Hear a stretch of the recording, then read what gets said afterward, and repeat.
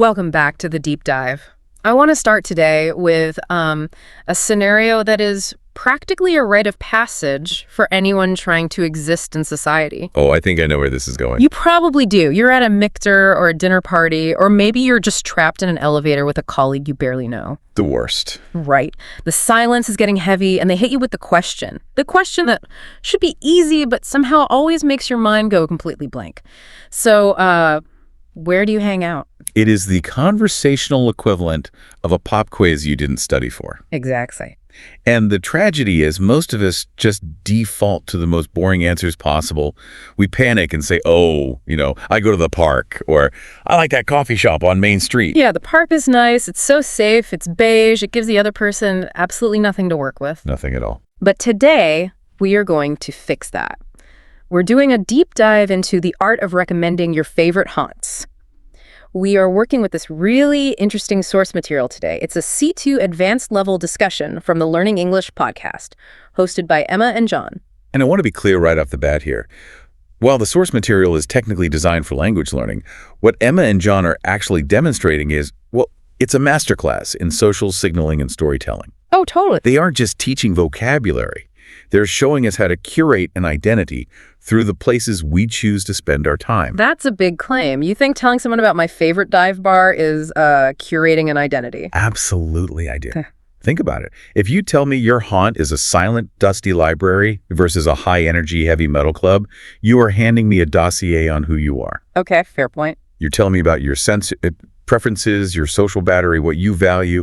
But the trick, and this is what we're really going to unpack today, is how to describe these places so the other person actually cares. So it's less about the actual coordinates on a map and more about the emotional coordinates. That is a great way to put it, yes. Let's dig into the first big takeaway from the source then, which is this shift from describing what a place is to how it functions for you. Right. John, one of the speakers in the source, talks about his local coffee shop, The Daily Grind.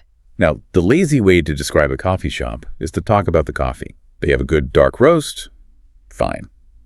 But John ignores the product entirely. He does. He focuses on the utility. He calls it his second office. He even drops the line, "I practically live there." Now, I have to play devil's advocate here for a second. Is that a bit dramatic? I mean, if someone told me they practically live at a Starbucks, I might think they have housing issues. It is dramatic, but that's exactly why it works. It's hyperbole, sure, but it signals ownership. By saying, I practically live there, he's telling you that he feels a sense of territorial claim over that space.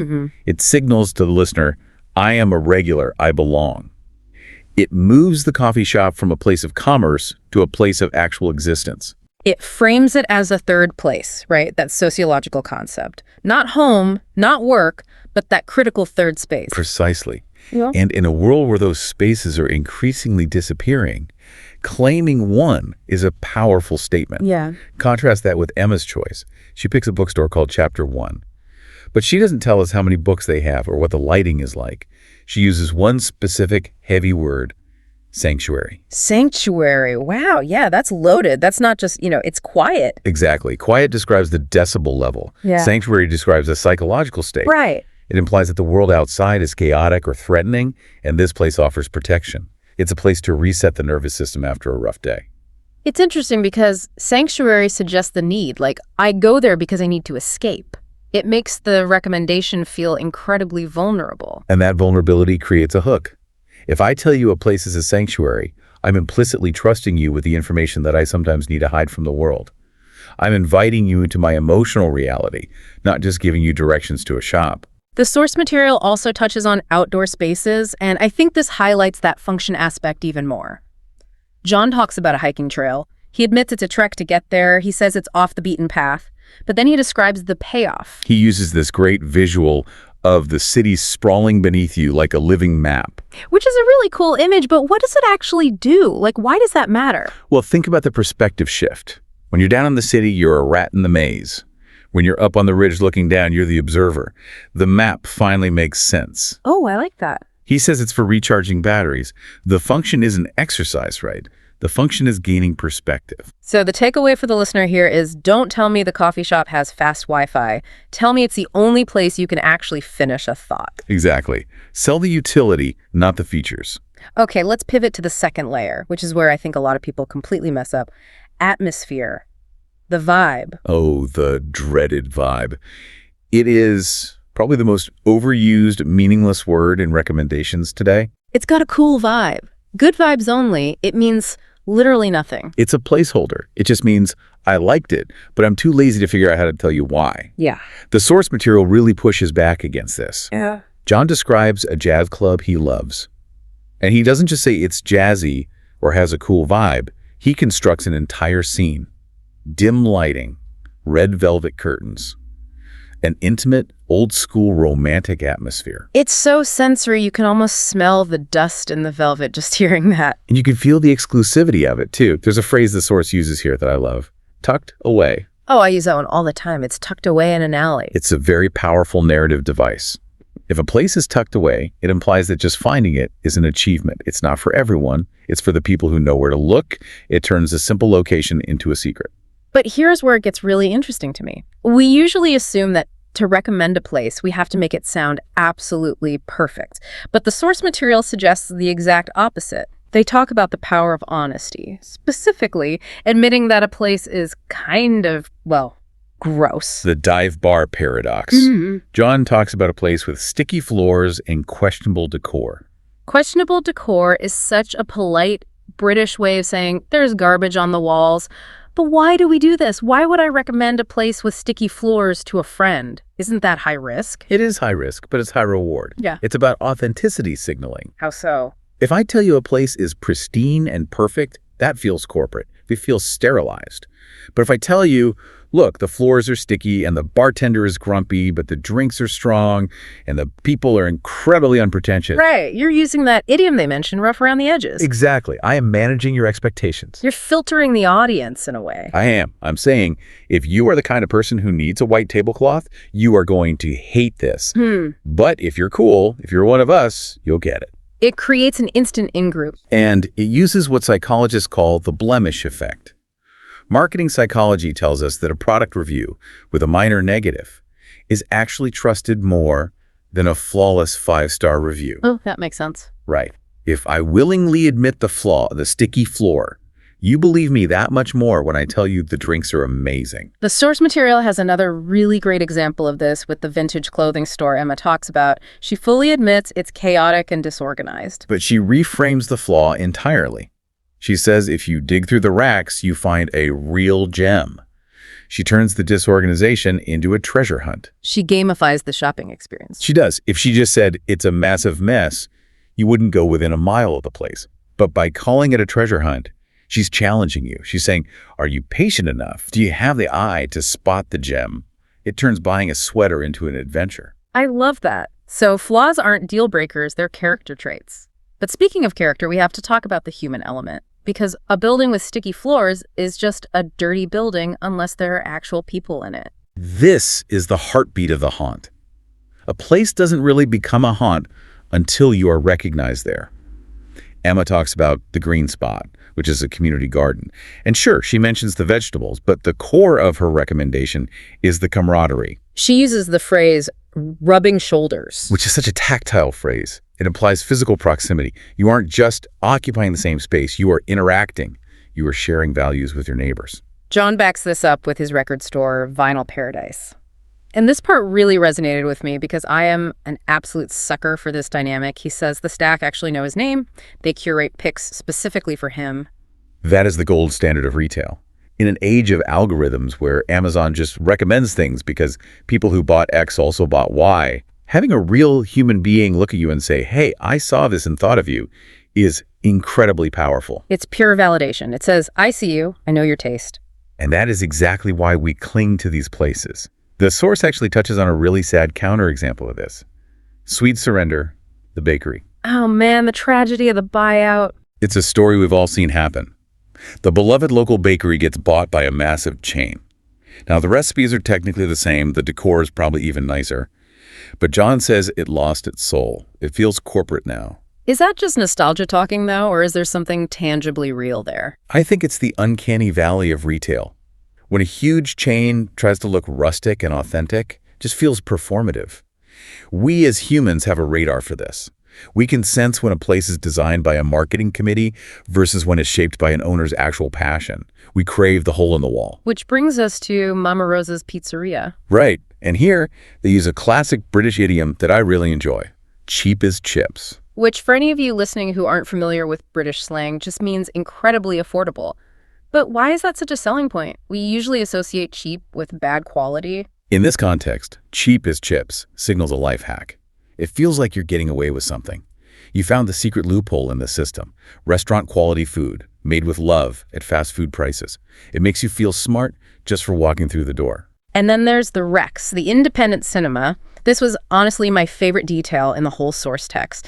They serve tea and biscuits during the intermission. It's such a small thing. Just tea and biscuits.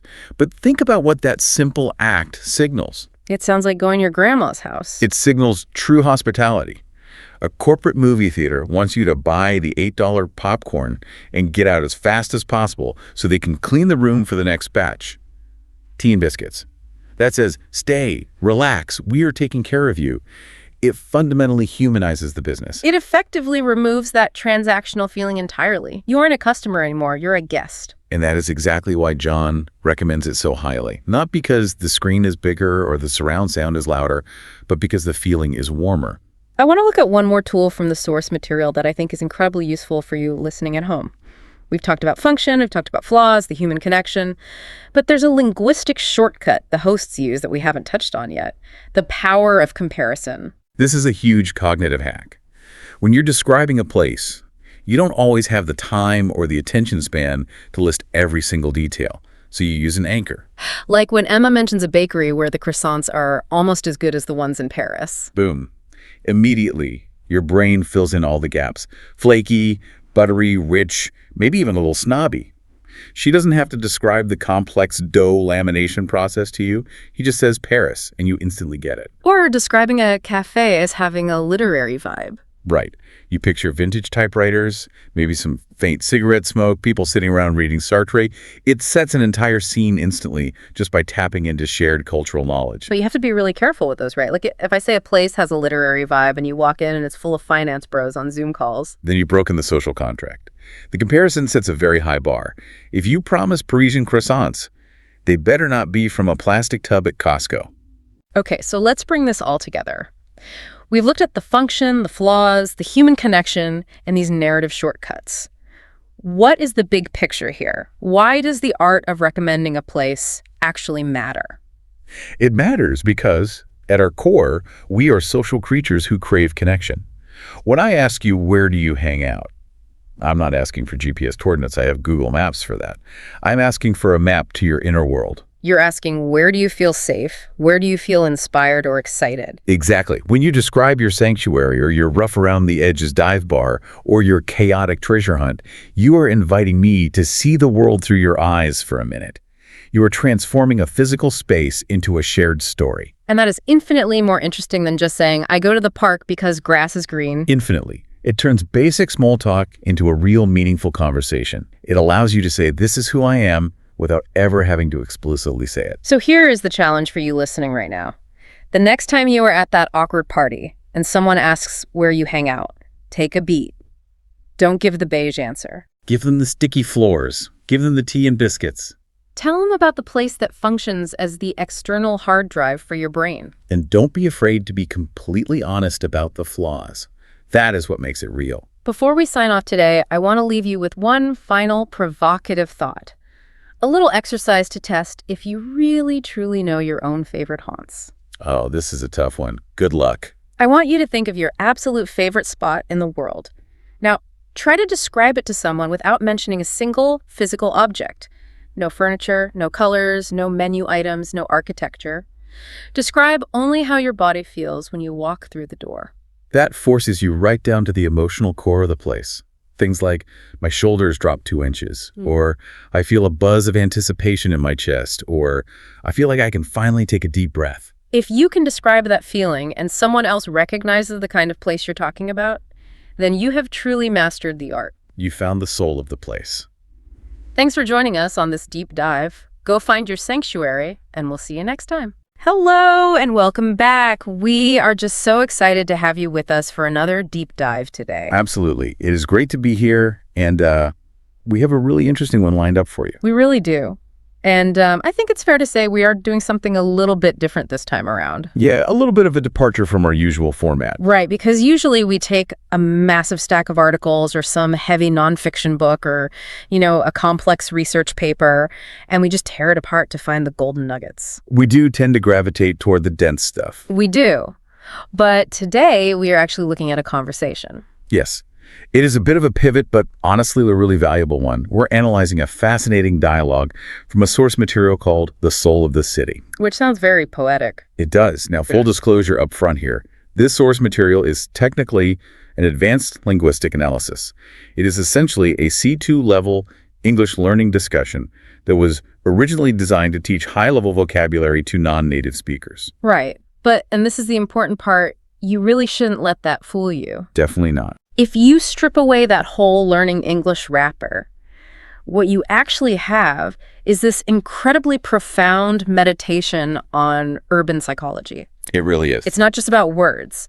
It is about how we exist in spaces. Exactly. The source material explores the difference between merely occupying a physical space and truly inhabiting it. It digs deep into the vibe, the atmosphere, and ultimately the soul of the places we frequent. Yeah. And honestly, it hits on something that I think we have all felt, but maybe we just haven't quite articulated it before. I know exactly what you mean. It is that very specific feeling when you are trying to tell a friend about your weekend. Right. Think about the fundamental difference between saying, hey, I went to a bar last night, it was nice. A classic review. Right, very standard. Versus saying something like, I stepped into a 1920s literary time capsule where the bartender was wearing tweed and judging my book choice. Yes, exactly. Because one of those is just a location, and the other one is a story. One is purely factual. It's just GPS coordinates on a map and a basic rating out of 5 stars. But the other description is completely immersive. Immersive, that is the perfect word. And that right there is really our mission for this deep dive. To capture that immersion. Right. We are going to move way beyond the basic everyday descriptions like nice place or good food. We want to try and understand what actually creates atmosphere and character in our local haunts. And we're going to do that by digging into the specific hidden gems that are mentioned in our source material. Right. We have some great examples to go through. We do. Everything from a speakeasy called the Professor's Study to this really gritty underground music venue called the Basement. But more importantly than just the places themselves, we are looking at the vocabulary of experience. Because the reason you should care about this conversation at all is actually huge. It really changes your perspective. It does. The source material makes this very compelling argument that how we describe our environment actually shapes how we experience it. Which makes total sense when you think about it. Right. Because if your vocabulary is strictly limited to good or bad, your actual experience tends to remain pretty flat. You just miss all the nuance. Yeah, you don't even notice the details because you don't have the words for them. Precisely. But if you can identify that a place is evocative or low stakes or raw P, you start to actually understand why you enjoy it so much. Right. We are looking for the exact difference between a sterile experience and an evocative one. I love that framing. It is like upgrading your lens on the world. Yeah. You are going from standard definition straight to 4K resolution just by changing the words you use and the specific things you notice. It's a complete paradigm shift. It really is. So let's jump right in. The very first stop in our source material is a place that honestly I wish existed in my own neighborhood. Oh, me too. It is called the Professor's Study. Yes. In the source text, the 2 main speakers, Emma and John, they discuss this spot at length. It is described as this speakeasy-style bar located right near a university. But the physical location is almost secondary to the execution here. Oh, absolutely. This isn't just a standard college bar where they happen to turn the lights down low. No, not at all. Let's really paint the picture for the listener because the details they provide here are just fantastic. They are so specific. The source describes the venue as dimly lit. It's completely lined with antique books. And this is absolutely my favorite detail. The bartenders are dressed up like tweed-wearing academics. It is highly theatrical. Yeah. And, that is entirely the point. It is not just a place to grab a quick beer after work. Right. John actually calls it a literary experience in the source text.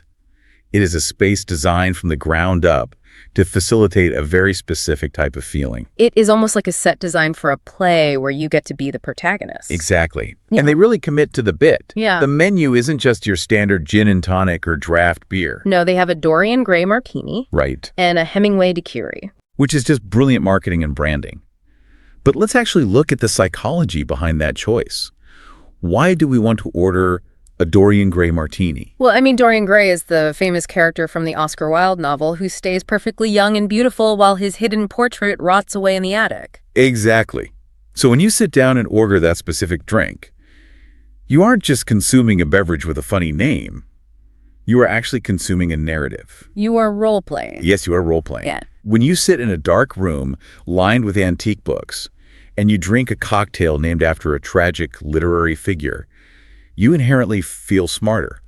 You feel more sophisticated. You feel like you should be writing the next great American novel right there on a napkin. Right. Even if in reality you're just sitting there scrolling Twitter or checking your work email. Exactly. It elevates the mundane. It does. And that directly leads us to the key concept word that they pull from this section of the source, which is evocative. Okay, let's unpack evocative. Because it is a C2 level adjective, which means it is pretty advanced stuff. It is a high-level word, yes. But what does it actually mean in the practical context of just going out for a drink? Well, to evoke literally means to call forth or to summon something.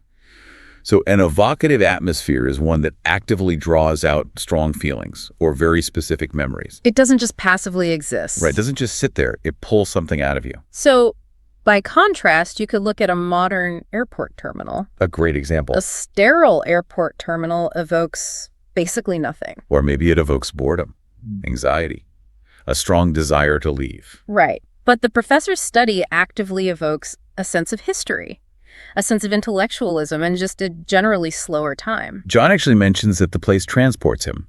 It physically feels like stepping backward into a completely different era. And in our modern, hyper-fast, screen-filled lives, that specific feeling of being transported is incredibly valuable. We constantly crave places that break the continuity of our daily stress. So it's escapism, essentially, but it's very classy escapism. Precisely.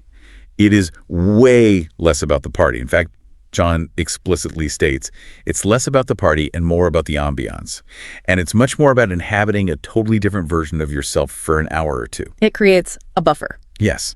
It creates what game designers might actually call a magic circle. Oh, a magic circle. I like that. Yeah, it's a designated space where the normal rules of the outside world simply do not apply. Inside the professor's study, you aren't an overworked project manager trying to meet a deadline. You're a scholar. That is a fascinating way to look at a bar. It really changes how you value the experience. It does. Now, speaking of being transported, there was another venue, detailed in the source material, that fits this exact evocative theme perfectly, but it does it in a totally different way. Yes. You were talking about the Rex. The Rex, yes. This is described in the text as an independent cinema located on the outskirts of town. And the key descriptor they use here is that it is an Art Deco masterpiece. It paints such a vivid picture. It really does. You can just instantly picture the heavy velvet seats, all the ornate gold trim, those sharp geometric patterns everywhere, and the classic typography on the glowing sign out front. And it isn't just the architecture that makes it so special. It is the ritual. The ritual. That is exactly the word. The source notes that the Rex stubbornly refuses to modernize. They don't just show movies, they host evenings. Right. They have actual intermissions during the films. Yes. And during those intermissions, they actively serve tea and biscuits to the audience. Tea and biscuits at the movies, that is just so incredibly civilized. It is. Especially when you contrast that to the typical modern movie-going experience. The contrast is actually central to the whole discussion in the source material. Yeah. They compare the Rex directly to the sterile, mass-produced experience of a modern multiplex. Think about a standard multiplex today. It is built purely for efficiency. It is loud. The floors are usually sticky. You are essentially processed like cattle. You really are. You walk up, buy the ticket from a touchscreen kiosk, buy the massive tub of popcorn, watch the loud movie, and you leave. It is highly transactional. Transactional, yes. Whereas the Rex is relational. It is actively asking you to slow down your pace. The mere fact that there is an intermission implies that the movie is an event to be savored. It's not just content to be consumed as fast as possible. Exactly. It really reminds me of how we binge watch television now. We don't even watch the end credits anymore. The streaming service just instantly hits next episode before you can even process what happened. I don't give ourselves any time to digest. Right. But the Rex is literally saying, no, stop, stand up, have a biscuit, talk to the person next to you about what you just saw. And that ties perfectly into the source's concept of nostalgia. The material heavily emphasizes the deep human attraction to places that actively refuse to modernize. Why do you think we are so drawn to that? Well, because the future is inherently uncertain, and the modern present is often extremely stressful and fast-paced. So the past, or at least a beautifully curated version of the past like they offer at the Rex, feels inherently safe. It feels known and comfortable. So when you look at them, both the Professor study and the Rex are actually doing the exact same thing. They are. They are intentionally opting out of the hyper-efficiency of modern life in favor of deep character. Correct. They actively prioritize theme and history over raw efficiency. And that is exactly what makes them evocative rather than sterile. They engage our imagination instead of just bombarding our senses. Okay, so those are prime examples of places where you go to sit and essentially soak it in. Right. Passive experiences. Yeah, you're sitting in the leather reading chair, or you're sinking into the velvet cinema seat. But the source material takes a major shift in the very next section. It does. It moves straight from passive immersion to active engagement. Which is a crucial shift in the conversation. We are moving from places where you just observe to places where you actively do things. And the entire energy of the discussion changes. The first specific example they dive into is the escape room. Now I have to ask you before we get into the text, have you ever actually done one of these escape rooms? I have, actually. A couple of times. And I have to say, the description in the source text is incredibly spot on. Emma frankly describes the experience as not relaxing. Not relaxing at all. No. She specifically calls it high-stakes cognitive work. High-stakes cognitive work. That just sounds like my day job. Why in the world do people voluntarily pay to do this on the weekend? It is a bit of a paradox, isn't it? A huge paradox. But there's a very specific and potent psychological satisfaction built into it. It is fundamentally about the feeling of competence. Tell me more about that. How does competence play into being locked in a fake room? Well, Emma mentioned this amazing phrase in the text, the collective light bulb moment. Yeah. You are stuck in this room, you are frustrated, the clock is ticking down, and then boom, somebody solves the clue and everything clicks. That rush of dopamine must be incredibly powerful. It is. It is a massive rush. The source defines this whole thing as immersive play. Immersive play. I really like that term. It's play, but it requires you to genuinely think outside the box. You have to leave all your normal, everyday patterns of thinking completely behind. But there is a real barrier to entry here, right? It's not all just fun dopamine rushes. No, there is a psychological hurdle. John actually admits in the text that he is hesitant about these kinds of places. Right. What does he say? He says, I worry I'd be the one standing in the corner looking confused while everyone else solves the puzzles. Oh, wow. I relate to that so much. It is the absolute fear of looking stupid in front of your peers. It is a very real fear for a lot of people. It is a legitimate social risk. Which makes sense. And that is exactly why the source text calls it high stakes. Yeah. Not because you are actually going to die if you don't solve the Pharaoh's puzzle, but because your perceived intelligence and your social standing genuinely feel like they're on the line in that room. Right. You really don't want to be the dead weight in the group pulling everyone else down. Exactly. But Emma counters that fear beautifully in the dialogue. She says the entire point is about collaboration. That it's actually brilliant team building. Yes, because you literally have to rely on each other to succeed. No one person can usually solve every puzzle alone. It actively forces you out of your shell. You cannot be passive in an escape room. You have to engage with the environment and the people. And when you successfully survive that manufactured stress together, it deeply bonds you. So that perfectly encapsulates the high-stakes version of active engagement. So the source text gets us this really beautiful counterexample right after it. Yes, a place called Clayful Creations. The Pottery Studio. The Pottery Studio. John gets really excited when talking about this place. He describes the vibe there as messy, highly tactile, and ultimately therapeutic. And here we hit the key concept for this section, which is low stakes. Let's clearly define low stakes in this context. Well, low stakes essentially means there's absolutely no pressure to be perfect. Right. John explicitly says he made a mug there once. He admits it is totally lopsided. It is arguably a terrible mug, objectively speaking. But he uses it every single day. Yes, because it has sentimental value. Right. Contrast that with the escape room. In an escape room, there is a strictly binary outcome. You either escape the room or you fail, and the buzzer goes off. Exactly.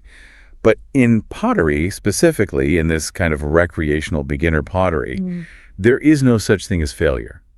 There is just the act of play. It is the pure joy of just being bad at something. It really is. And as adults, we rarely allow ourselves that specific luxury. We constantly feel like we have to be optimizing everything we do. We have to be good at our hobbies. Right. If you aren't monetizing it or mastering it, what's the point? Exactly. But Playful Creations provides a dedicated space where you can just be messy and imperfect. Yeah. And it's entirely okay. There is also a really interesting social dynamic at play here that the source touches on. John mentions how conversation just flows so much more naturally when your hands are busy. That is actually a very well-documented psychological phenomenon. Right. In developmental psychology, it is sometimes referred to as parallel play when kids do it. Oh, parallel play. Yeah, but it absolutely applies to adults as well. Think about normal face-to-face conversation. Staring directly into someone's eyes across a table can be incredibly intense. It can be exhausting, honestly. It is very draining. Yeah. But if you and your friend are both actively molding clay or, say, painting or even gardening, the primary focus of your eyes and body is on the object in front of you. Right, your attention is diverted. The conversation actually becomes the secondary activity. And paradoxically, that lack of direct pressure makes the conversation go deeper and feel much more relaxed. It is basically an icebreaker without the forced awkwardness of a corporate icebreaker. Exactly. So when we compare these two active environments, the contrast is amazing. The escape room provides the massive thrill of victory and the sharp stress of a challenge. That is your high-stakes play. And the pottery studio provides the warm comfort of expression and the deep relaxation of tactile physical work. That is your low-stakes play. Both are fully immersive. Both engage you completely, but they serve completely different emotional needs. I think that is just such a helpful way to mentally categorize our fun. Because sometimes you really do need the adrenaline spike. And sometimes you just need to turn your brain off and squish some mud. Very well put. Okay, moving on to section 3 of our source material. We're going back to the concept of observing, but this time the focus is heavily on performance, and specifically live music. Yes. The entire discussion here pivots to the deep search for authenticity. The text starts off by bashing the modern stadium concert experience quite a bit. John emphatically states he rarely goes to big, massive concerts anymore. He brings up exorbitant ticket prices right away. Which is a vocabulary word we all know way too well lately. Exorbitant, meaning unreasonably or absurdly high. And beyond the cost, he talks about the physical feeling of being there. He describes feeling like a tiny ant in a colony. That is such a powerful and depressing image, honestly. It perfectly captures that feeling of utter insignificance. You are just one tiny dot among 50,000 other dots. You are so physically far away from the actual artist on stage. Right, you are usually just watching them on a giant digital screen anyway, even though you are technically in the same room. Exactly. And let's not forget the lovely sensation of being completely ripped off at the concession stand. Spending $18 on a warm beer will ruin anyone's night. It absolutely creates a wall of cynical distance between you and the art. You walk in feeling like a targeted consumer rather than a participant in a musical event. So the proposed antidote to this corporate sterility, according to the source, is a venue called the basement. Even the name itself implies something very different. It sounds subterranean, hidden, fundamental. It is described in the text as a gritty, dark, underground venue downtown. The atmosphere is explicitly labeled as raw and authentic. Let's look closely at that word raw, because normally when we describe food as raw, it means it is completely uncooked. Right. But when we describe a human experience as raw, it means it is unprocessed. It hasn't been heavily polished or auto-tuned or sanitized for mass commercial consumption. John mentions this incredible sensory detail. He talks about being close enough to physically see the sweat forming on the drummer's brow. That specific sensory detail is vital to the argument. It immediately implies close physical proximity. You aren't watching us scream. No, you are right there. Yeah. You are close enough to witness the actual biological humanity of the performer. Yeah. It is not a heavily choreographed pop star lip-syncing to a backing track from 100 yards away. It is a flawed human being right in front of you, exerting immense physical effort to make noise. And that is exactly what makes it authentic. Yes. The source makes this point that we readily forgive. And actually, we often strongly prefer the complete lack of polish because the raw energy feels undeniably real. Right. The sound mixing might not be perfect. The floor is definitely going to be sticky. It might honestly be way too loud for comfort. But it feels incredibly alive. It is the exact difference between looking at a perfectly airbrushed Photoshop magazine cover and looking at a candid, blurry Polaroid picture. Oh, that is a fantastic analogy. The Polaroid might be totally out of focus, but it captures the actual truth of the moment way better than the perfect image does. It captures the soul. The basement essentially represents deep intimacy. John talks about the specific joy of supporting emerging local artists way before they ever make it big. There is a real, tangible sense of discovery in that room. You feel like you are actively part of their journey. In a massive stadium, the artist's journey is basically already over. They have already made it to the top. But down in the basement, the struggle and the magic are still actively happening. That is such a great point. So just to recap where we are on this map, we've gone from the tweed-wearing literary bar, which gives us a curated, evocative experience, Right. to the messy pottery studio, which gives us comforting, low-stakes play, Yes. to the gritty, loud basement, which provides raw, unpolished authenticity. We are really building a comprehensive map of urban emotional landscapes here. We are. But all of these places involve other people. They inherently involve noise, heavy stimulation, and constant social interaction. Which can be exhausting. Exactly. So section 4 of our source text takes a very hard turn away from all of that towards pure silence. And this section is absolutely essential. A city isn't just about constant stimulation and running around. It is equally about how you manage and process that stimulation. We desperately need decompression. The source labels this section the living city, but it ironically starts entirely with the concept of solitude. John talks about a very specific spot, an oak tree. The oak tree. It sounds almost aggressively simple compared to an Art Deco cinema or a speakeasy. It does. It is literally just a tree in a public park near his apartment. But you have to listen to the specific vocabulary word he uses to describe it. He calls it a refuge. A refuge, which literally means a place of shelter or safety from danger or trouble. Exactly, a place to hide. He describes how he goes and sits directly under the heavy canopy of the tree with a physical book, just to completely disconnect from the grid. He calls it his solitary ritual. Why is this concept of a solitary refuge so critically important in the context of urban living? Simply because the city is relentlessly demanding. It constantly demands your attention every second you're outside. There are glowing advertisements, massive traffic jams, dense crowds on the sidewalk, sirens, construction noise. It never actually stops. Never. So having a designated refuge like the oak tree allows you to finally stop outputting mental energy and just exist passively in space. It deeply grounds the individual. Emma has a very similar grounding spot in the text, but hers is slightly different in execution.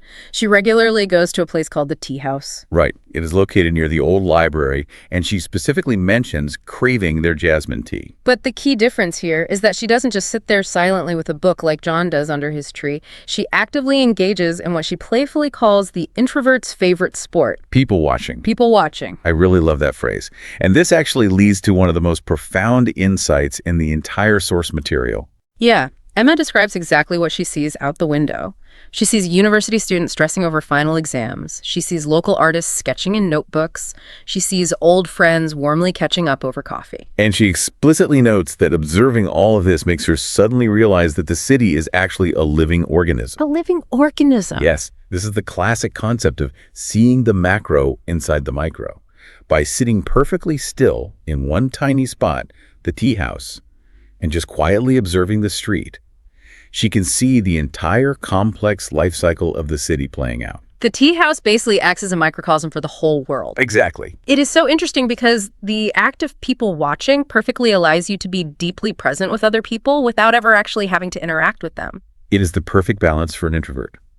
It completely satisfies our baseline social instinct because biologically, we are herd animals. We naturally want to be around the herd. Yep. But it simultaneously protects our fragile mental energy. Mm-hmm. You can feel warmly connected to the general humanity swirling around you, the anxious student, the focused artist, without ever having to drain yourself by engaging in trivial small talk. It is a very specific, beautifully protected type of urban intimacy. It is. So if the city is truly a living organism, as Emma suggests, then like any biological organism, It inevitably has to change and grow and decay. Which seamlessly brings us into section 5 of the text, the evolution of place and person. This is definitely the bittersweet part of the entire discussion.